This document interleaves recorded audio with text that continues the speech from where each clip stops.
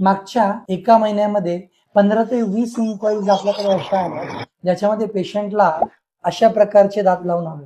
तर बेसिकली ह्या दातांना म्हणतात स्नॅप ऑन टीथ, जे की फक्त एक शोचे दात आहेत आणि ज्याच्यामध्ये आपण फक्त दिसण्यासाठी आपले दात बदलतो. हा एक प्रकारचा रिमूव्हेबल ऑप्शन आहे ज्याच्यामध्ये आपले जे नॅचरल दाताला हा डायरेक्टली बायोलॉजिकली इंटिग्रेट होत नाही आणि त्यासोबतच याच्यामध्ये जो बाईट असतो तो बाईट ऍडजस्ट न करतात हे स्नॅप ऑन दात तुम्हाला दिले जातात.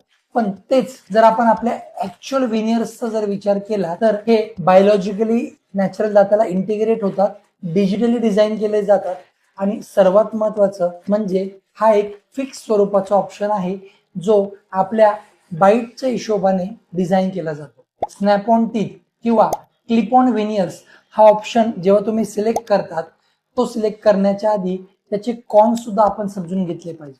तर त्यामध्ये आणि नॅचरल दातामध्ये अन्नकण अडकल्यामुळे तुम्हाला गम्सला इन्फेक्शन होण्याची शक्यता असते, जॉईंट इश्यू होऊ शकतो आणि त्यासोबतच हा एक रिमूव्हेबल ऑप्शन असल्यामुळे तुम्हाला कधी कधी अनकम्फर्टेबल पण होण्याची किंवा एम्बॅरेसिंग सिच्युएशन येण्याची पण शक्यता असते. तर याचा अर्थ असा नाहीये की माझा याला विरोध आहे, याचा अर्थ फक्त एवढाच की हा ऑप्शन सिलेक्ट करताना तुम्ही तुमच्या डेंटिस्ट कडून त्याचे प्रोज आणि कॉन्स व्यवस्थित समजून घ्या आणि मग एक इन्फॉर्म डिसिजन आपल्या डॉक्टरांसोबत बसून तुम्ही घ्या.